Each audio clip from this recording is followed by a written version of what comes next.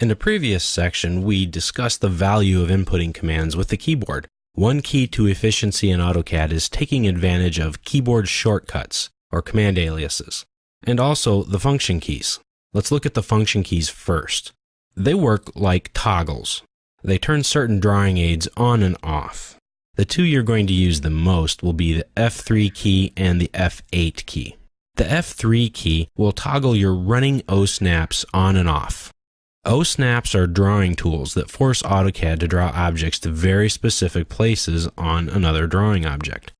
In the video section where we looked at the right-click shortcut windows, we found the running O-snaps, or the O-snap override commands. Well, running O-snaps are O-snaps that are always on.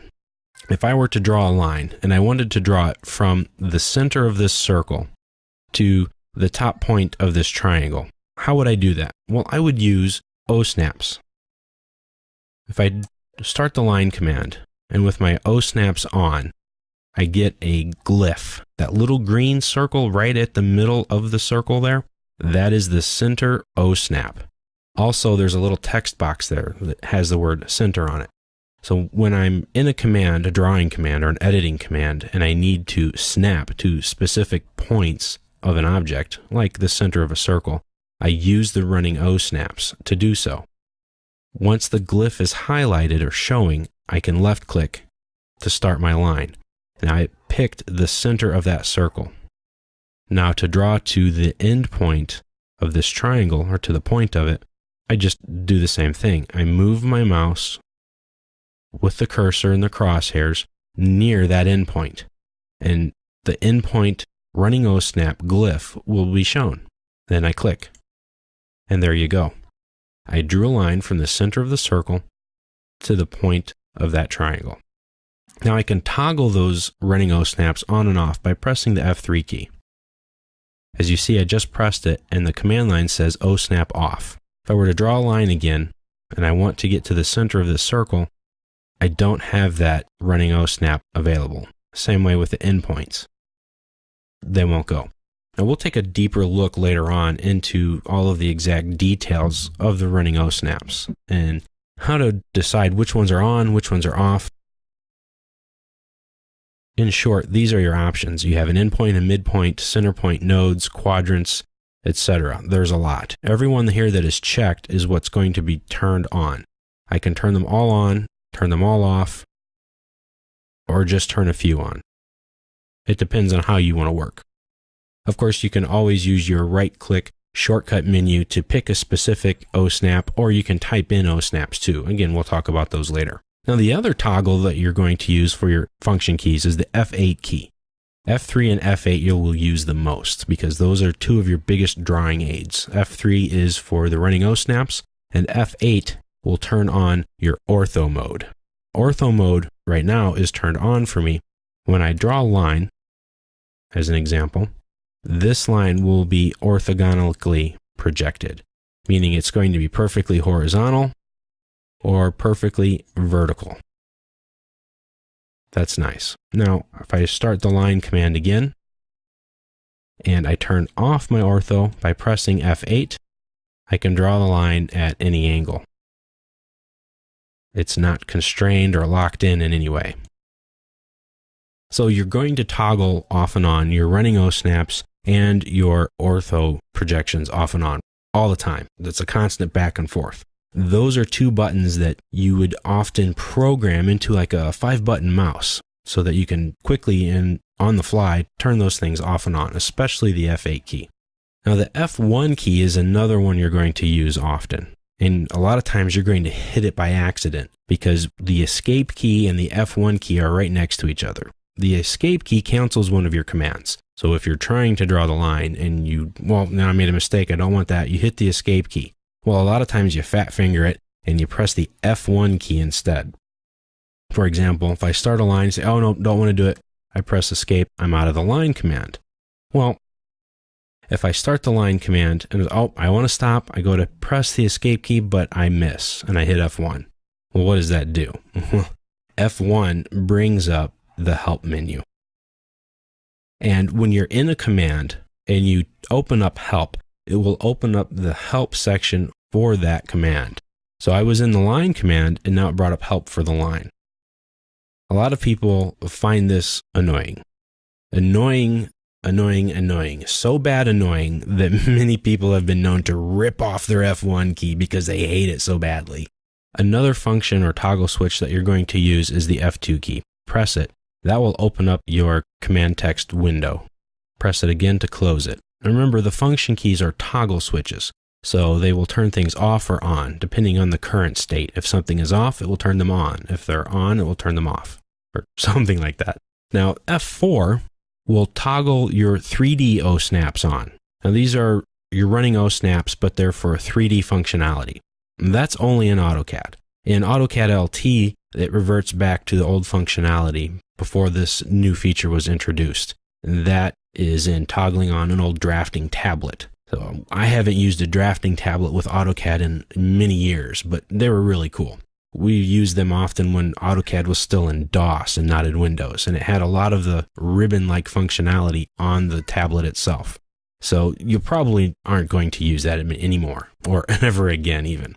Now let's keep going. F5 will toggle through isometric planes. This will help you to draw different isometric drawings. We'll look at this later on, but if you press F5, it will turn you on to an isoplane on the top, right, or left. Again, we'll take a closer look at drawing in isoplanes later on, but those are great for creating 3D isometric views or creating a PNID sheet. You know, those are really cool, or some circuit drawings. Now, F6 will turn on a dynamic UCF or turn it off again. Again, that's just in AutoCAD, not in AutoCAD LT. That is a ever-changing coordinate system based on the user input for a face of a 3D object. So if you want to work with a cube and you want to draw in a coordinate system that's based on the face of one of your objects, like the cube, then it will dynamically, or as you're working, it will automatically change your current coordinate system to match that. So again, that's only in AutoCAD and not in AutoCAD LT. F7 will toggle your grid off and on, as you can see on my screen now. And F9 will turn your snap mode on or off. This will cause your crosshairs to snap or automatically go to specific points on the grid. So for example, if I had turned it on, I would only be able to go to the points on the grid. And that depends on your settings for your drawing. We'll talk about that later on. F10 turns on polar tracking, which is another type of snapping and orthogonic projection, but based on polar coordinates.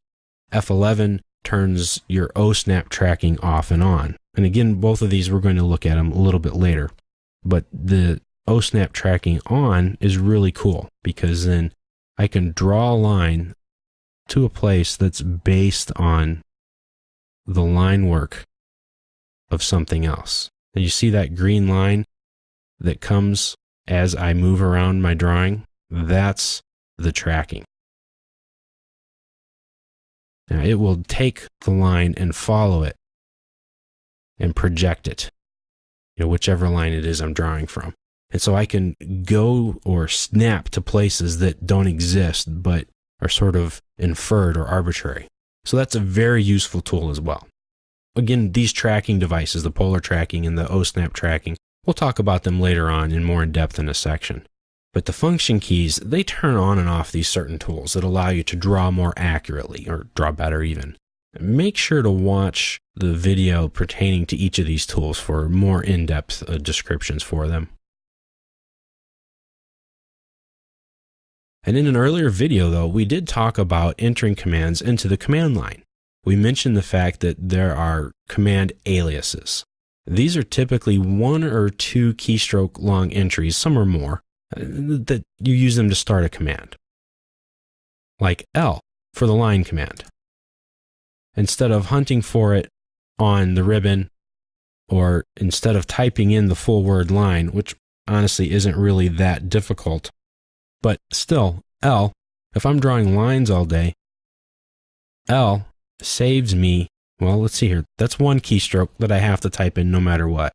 L-I-N-E, that adds 3 more keystrokes, and then I press enter. So if I draw 10 lines that's saving me 30 keystrokes, or it's saving me 30 times where I have to go up to the line command and then back to where I'm drawing again. Just L, enter, and I'm gone.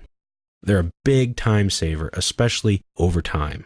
Another example is C for circle, or M for move, or CP for copy, etc. Now, there is a file that's called the PGP file, and you can edit that to change these aliases if you want to. It's a simple text file that you can open up in Notepad, and you can just edit it. You can add to it, you can change it, but there is a set pattern or a way that you need to do this in order for it to function correctly. It's real easy to get to. Go to the ribbon and go to the Manage tab. Go to the Customization panel, and then click on the Edit Aliases button. This will open up the PGP file in Notepad for you. Here's a bit of legalese disclaimers saying, hey, if you mess with this file, you could really screw up AutoCAD, so be careful. And you know what? Yes, that is absolutely true. If you mess this up, the commands are still going to be there, like line or circle, but you're going to mess up the command aliases. So just be careful. You can scroll down all this part here. This is just giving you a bit of information on it. It's sort of a disclaimer so that Autodesk knows that you know what you're doing.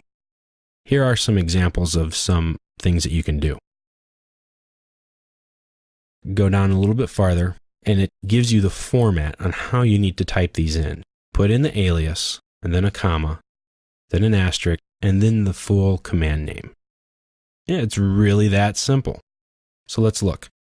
Now, there's a command called 3D Array in AutoCAD. It's not there in AutoCAD LT because there's no 3D functionality in it. But you can type in 3D Array, or you can type in 3A. Much easier. That's a better solution for entering that command. So it's pretty simple. You put in the command alias that you want, and then a comma, and then you just tab over until you line this up with the rest of the text just to keep it visually consistent. And then you type in the full command. Here's a shortcut for arc. Arc's only 3 letters, but still, it helps. It saves 2 keystrokes. So mathematically, evaluating the savings in time, you're reducing the amount of time to start the arc command by 2 keystrokes. Now you need A, R, C, and then enter. So that's 4. You're cutting your time to start the arc command down by 50%. That's significant. And then you look at other things like this export to AutoCAD, and it's AEC to ACAD. In this case right here, what it's done is that this is an older command in AutoCAD that they don't want to get rid of, but they've replaced it with this command so that whenever you type it in, it will do this command. A little strange, I know, but that's what it is. So you can go through this entire list and look at all of the command aliases that there are. You can print this out and hang it up in your cubicle or on your wall or just study it. Put it on your refrigerator at home, and every time you go to get a glass of milk, you'll be able to read and study these shortcuts.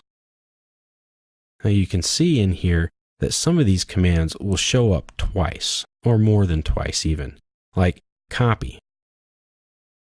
Here's CO for copy, and then here's also CP for copy. There are a couple of reasons why some of this has happened.